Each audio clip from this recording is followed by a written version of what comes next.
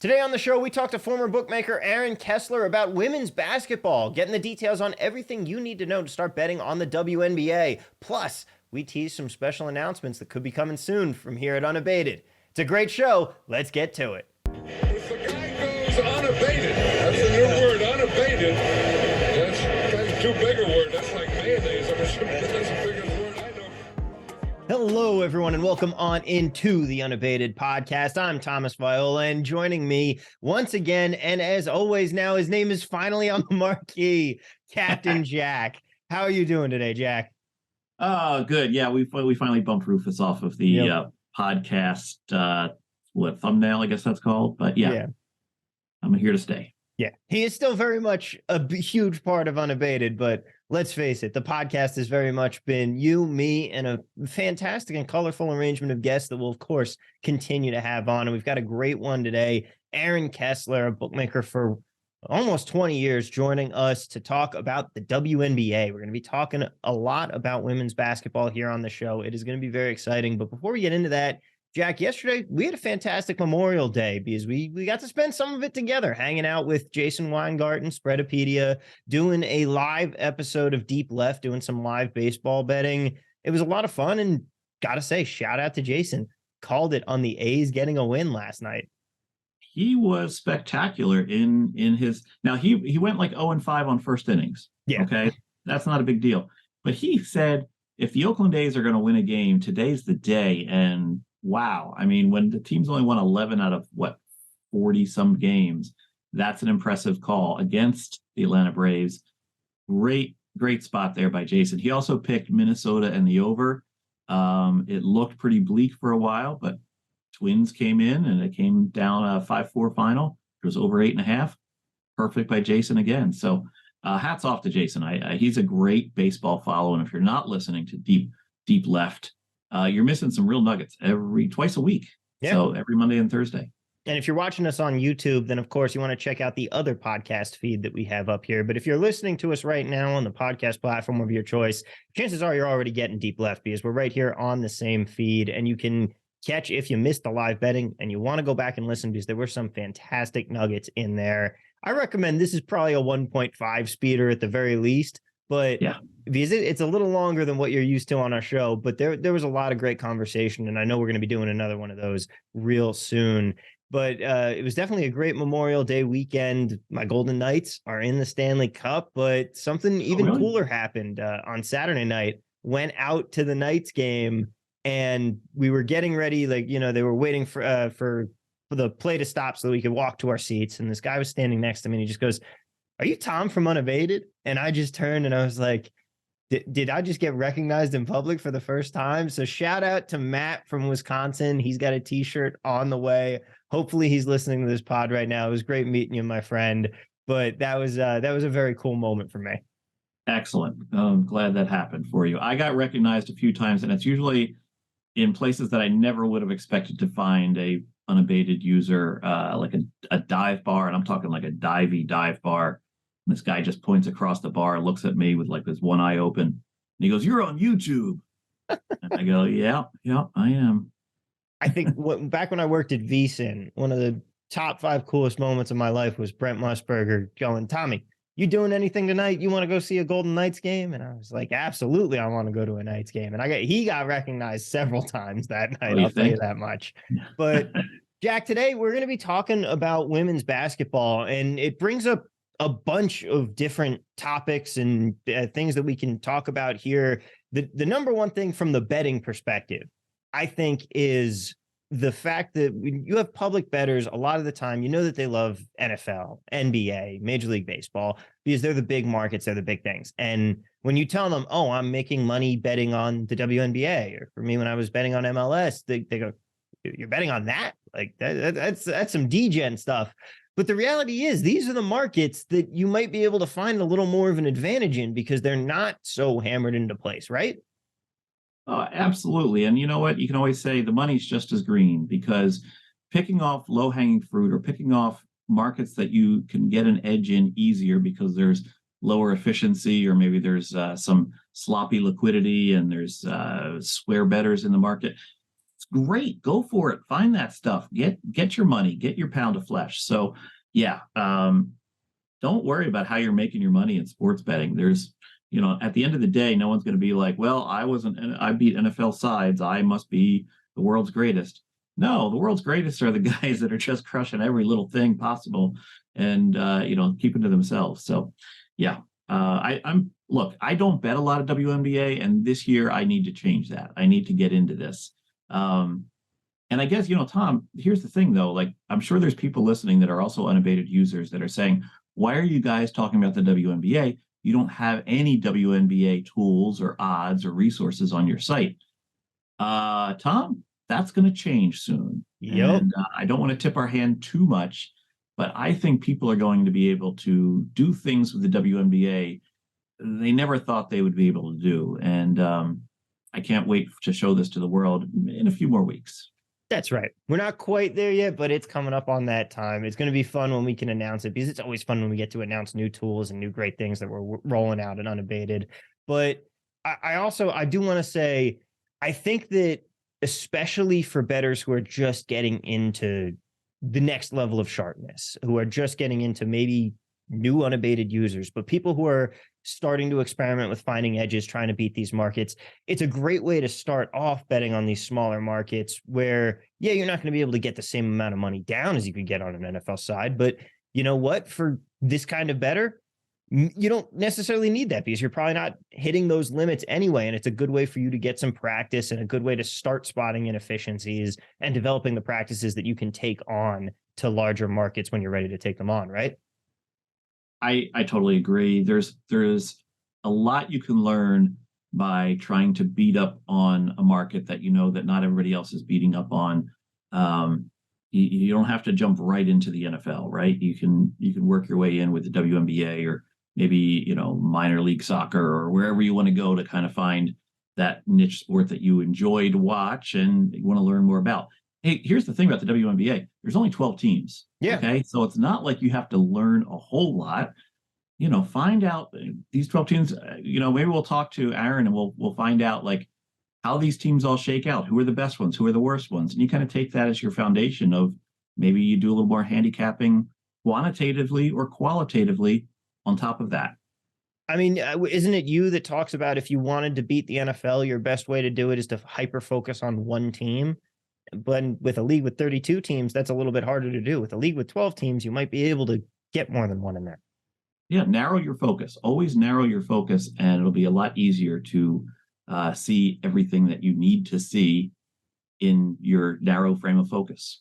And on the not quite on the betting side of things, but the reality is, especially over the last couple of years here, women's sports have really begun to explode. The women's soccer, obviously, with the U.S. women's national team being at the forefront of this movement, and the rise of popularity of women's sports in general has been huge for that. It's been huge for helping the NWSL gain more traction. But the WNBA, they're so heavily partnered with the NBA. You're seeing NBA players at the games. You're seeing a huge increase in viewership. I believe I saw a stat about the NWSL and the WNBA were the two biggest increases in viewers of any sports in the US over the last couple of years. It is truly growing in popularity, and with more people watching is going to come more people betting and making it into a little bit larger market, right? Absolutely. And, personally, a few years back, people said to me, and this is before I really knew Rufus well, get into golf betting. Golf betting is going to explode. There's just going to be so many ways they're going to do golf betting. You should get into golf betting. And I was like, and I was like, nah, I'm going to pass. Well, I'm hearing those same things about women's sports. Get into the WNBA, get into, women's soccer, get into all these things. Women's college basketball was pretty big this year, and I think it's going to be twice as big next year. Get into that now, and so you can be ahead of the wave when it comes to finding where the edges are, what the angles are in those sports. I remember something I should have followed. Yeah, I remember watching the women's championship game this year in college basketball, and I remember scrolling through my Twitter feed, and everyone was talking about the game in a way that I've never seen it before. We are truly at a turning point. I feel like this is what people were saying esports was going to be during the pandemic, except this is actually happening. True. Yeah. All right. Well, Jack, I think that is enough of us right now. Let's get into it with Aaron. Let's get it going. Ladies and gentlemen, please welcome on into the show none other than friend of the show and, quite frankly, I think 3-time returning guest now, former bookmaker Aaron Kessler. Aaron, thank you so much for joining us today. How are you doing? Oh, I'm doing good, man. He's been on more than Rufus. I think that is at the very least not entirely inaccurate. I think we're at that point already here. But Aaron, thank you so much for joining us once again. Today, we're going to be talking about a league that you do have some pretty significant experience with here. I know that you're at the very least a big Aces fan and feeling pretty good about their season here, coming off of a championship. But you also have plenty of experience booking it. The WNBA, we're talking all about what the league is like, what it is to book it, and what bettors can expect when they go to place bets on it. Because, quite frankly, women's sports growing in popularity, not just among bettors, but also among viewers. And it is going to be a fun time in the women's basketball scene right now. And there's a lot of money to be made betting it. So let's get on into it here, starting off with the biggest basics. And that is, who are the big players right now? Who are the teams that you are looking at this season? Who are there any specific heavyweights that you're looking at? Well, this season is kind of unprecedented in WNBA. You've got two teams in the Aces and the Liberty who are just head and shoulders above the rest. You saw some player movement in the offseason, some stars going to play with their friends or on teams where they thought they'd have a chance to win. And it's really kind of shaken up the league. Now, Vegas and New York are so far above the rest of the pack this year. I've got, the 12 teams ranked out. I've got Vegas 1, New York 2. I've got Dallas at 3 with a couple of other teams with them. But I've got Minnesota in 10th, and I've got Dallas as probably as close to Minnesota as they are to New York. These top two are just substantially better than the rest of the league. I think Vegas is probably a couple points better than New York. But you really don't see this kind of separation in past seasons. You've seen a lot of parity at the top, and I just don't see how that happens this year. Now, at the very least, because obviously you hear super teams and you want to make the comparison to the NBA. And in that aspect, very similar. But would you say that the game itself, the style of play in the WNBA, is it more similar to the NBA? Or if you were making the comparison, would you say it's closer to college basketball? It's a lot like a hybrid of the two. The WNBA has got some of the best passing of any league I've ever seen. You'll see some just remarkable passing every game. Ball movement is fantastic. They get a lot of good open shots. The three-point shooting is not quite on par with the NBA. Obviously, the paint game is completely different. But from a watching standpoint, it's probably a little closer to the NBA. From a betting standpoint, it's probably closer to college. You've got the shorter game at 40 minutes. And, your totals are higher than most college games, but they're closer to that than they are to most NBA games. It's just that the points per minute is what's really changing there when it comes to the totals and how that affects it. Yeah, in college, you see points per minute generally around 3.5. In the W, you see it just under 4. And in the pros, in the NBA, you see it 4.5 or so. So it's kind of in between. Now, with the super teams and the dawn of what this new league is kind of looking like, are large spreads becoming a lot more common here, or is it something that we've always seen?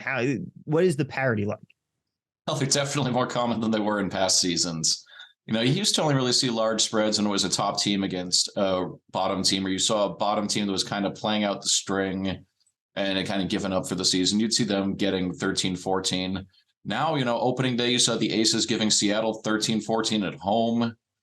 And you're going to see a lot more numbers like that. You just have, again, these two teams that are head and shoulders above the rest. You're going to have to lay some big numbers. I'd definitely be looking more towards first half action. And, you're going to see more rest in the second halves. But in a league where I've normally been hesitant to lay big numbers, this year I'm going to be a lot less hesitant to do so. Yeah, that was my next question for you here. How is the super team era that we're entering changing your approach to betting on the league? You take a game like Saturday night when the Aces played against the Sparks. They went up 31 at halftime. They pretty much went to the bench for the entire second half. And this is not a really deep team. They're really only getting 7 or 8 players any run regularly. So you're not seeing teams win by 50, but you will see them win by 20, 30 quite a bit. And the talent gap is there. You have to have your best game against these teams. And even then, it might not be enough. One thing that I think is going to be interesting is when the NBA finals end and you see a lot more casual bettors hop on board who are used to betting favorites and who are used to, looking at, oh, this team's really great. They can't lose. They can cover whatever number. So while I think there might be a little value on it now, just because the adjustment isn't there, in a couple of weeks, I think there will be a lot of value on fading the top two, because 20 points is a lot. Second halves get weird. You're going to see a lot of rest. So I'll be looking to take the points in a couple of weeks. And what do you expect to see as far as totals? Does scoring tighten up in the second half of games? Does it increase? What do you look at both for pregame and halftime adjustment there? If you're looking at, the first half, second half split, obviously at halftime, once you come in, you just want to look at pace and shooting percentage. What pace is this game being played at? Are the shots falling? You always expect the shooting percentage to regress somewhat, but the pace is generally a pretty good indicator. That said, this is very similar to the NBA in terms of the first half, second half splits. I want to say, if the total's 160, you'll see a first half number around 81. It's a little higher, but you don't see it slow down as much until the last 2 or 3 minutes in the WNBA. Then you'll really start to see the long possessions and the defense kicking in. You don't see the late game fouling as much. I think that's partially a function of the fact that free throw rate's higher in the WNBA by about 2%. But you just, you won't see a 14-point final minute too often. So you're not going to get bailed out on those overs.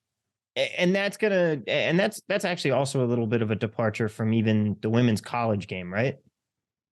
I don't follow as much women's college basketball, but women's college basketball is a real interesting sport just because as much parity as there isn't in the WNBA this year, there's never any parity in women's college basketball. At the beginning of the season, you've got 5 to 8 teams that could win the title, and that might be stretching it.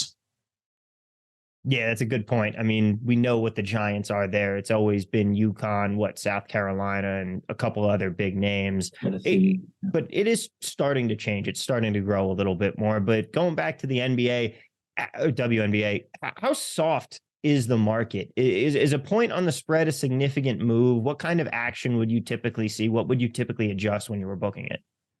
If I was booking it, we didn't see a lot of WNBA action. We'd mostly get guys who were looking to hammer us on the off numbers.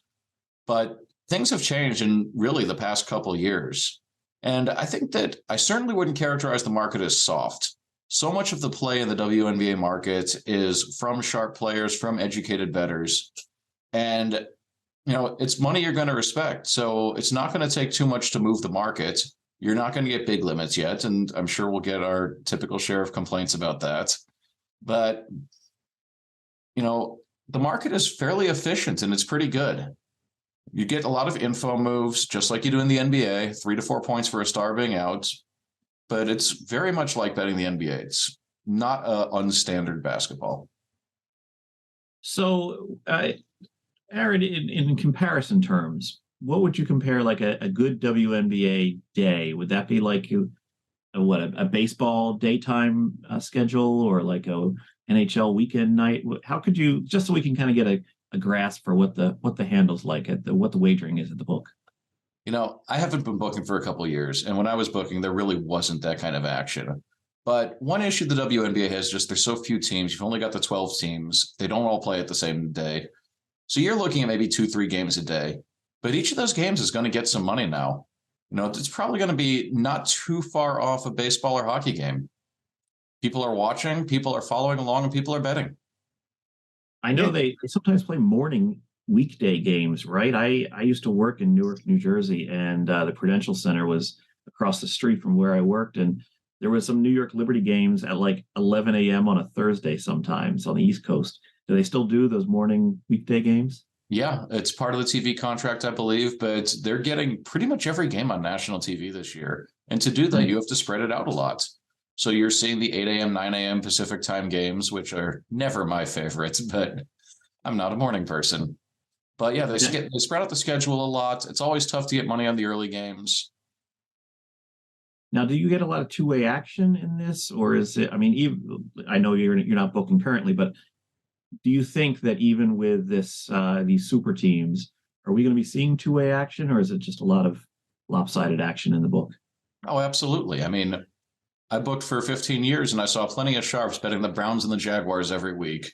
So as soon as the public starts betting Vegas and New York, I promise you, people will be there to pick up the pieces. Yeah, I was going to ask you what's the difficulty in booking an inefficient market like this, but the reality is it doesn't sound like it's all that inefficient at all. It seems like a market that's being hit most frequently by sharps right now, right? Definitely not as much as it used to be, but yeah, it's still fairly sharp dominated. But you're going to see that change in the next few years, and especially with the spot that the WNBA occupies on the sports calendar. You know, July and August are months that are just screaming for something to bet on, and it's a great option. You know, people love betting basketball. They know how basketball works. They know what a 4-point favorite feels like. If a team is favored by 4, you know what that means. You don't need to translate something into a different scoring system. So I think a lot of that really helps and makes it really accessible to players. Yeah, definitely. Look, I know a lot of our users at Unabated are, they love our prop tools. They love to bet props. Props are continue to explode, kind of blows me away. I don't recall seeing a lot of WNBA props, though. Are there WNBA props out there? It's something you don't see a lot of yet. You know, I looked at a couple of games tonight and they had scorers for a couple players. Will they hit 25? Will they hit 30 over under? But other than that, you don't really see much yet. It's not nearly where NBA props are. That said, you know, it's a demand thing. And if people start betting them, then you'll start seeing more of them.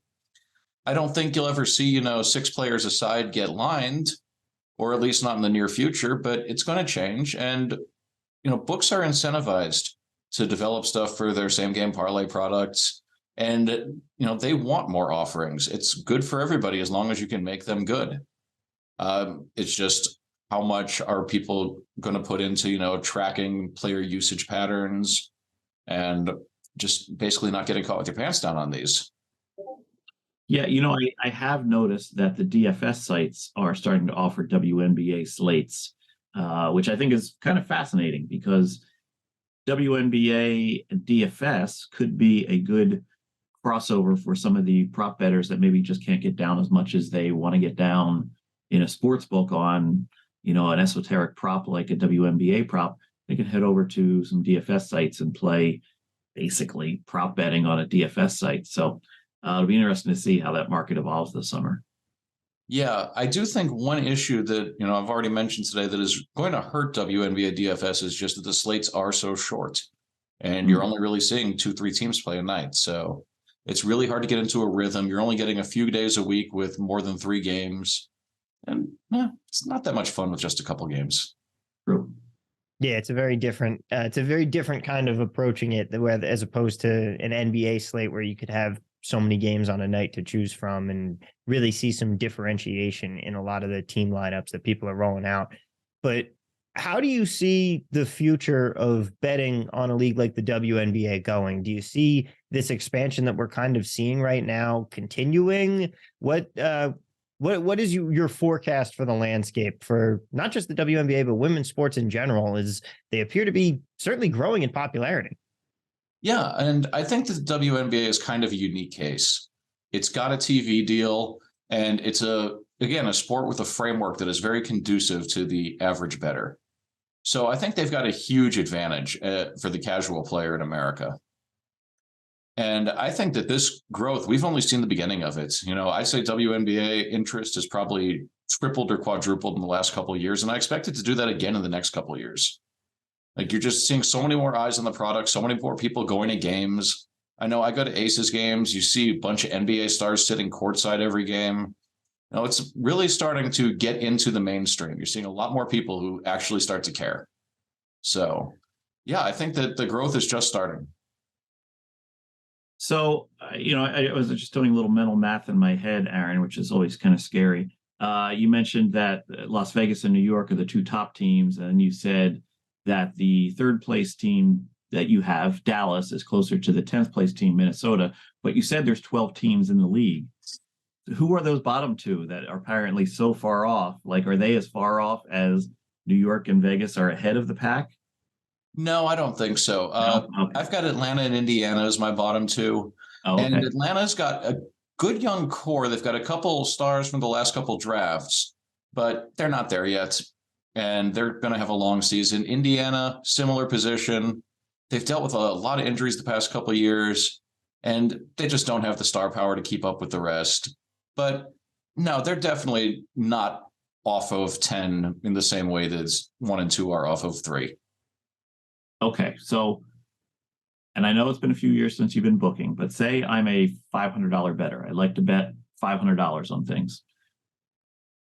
Would I have trouble getting down on a WNBA game, day of game, with a $500 bet size?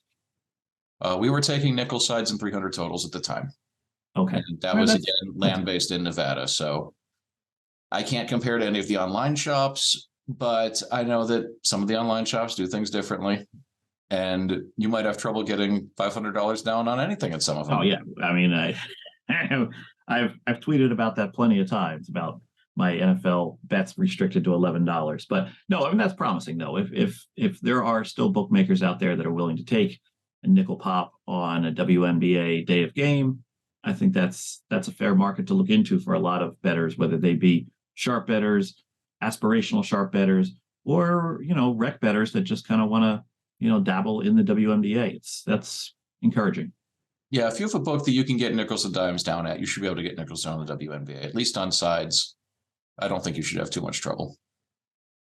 All right. Well, Aaron, thank you so much for being on with us here today. Thank you so much for talking about WNBA. I'm looking forward to going to some Aces games with you this season, because I will say, for the fan base that is there, when I've been to the few games that I've been to with you, I don't think that I have ever seen a more locked in set of fans than WNBA fans. Every single person who was at those games was fully engaged the entire time. No one was on their phones. Everyone was watching the game. It's a hardcore committed group of fans, and it just keeps growing. And the chances to bet on it are going to keep growing as well. In the meantime, if people want to check you out, they can find you on Twitter at Aaron Kessler. Nice and simple. And as always, you can head on over to unabated.com, get yourself signed up for a free trial today. Follow us on Twitter at Unabated Sports and on Instagram. And as always, let's cash those tickets. We'll see you next episode, everybody.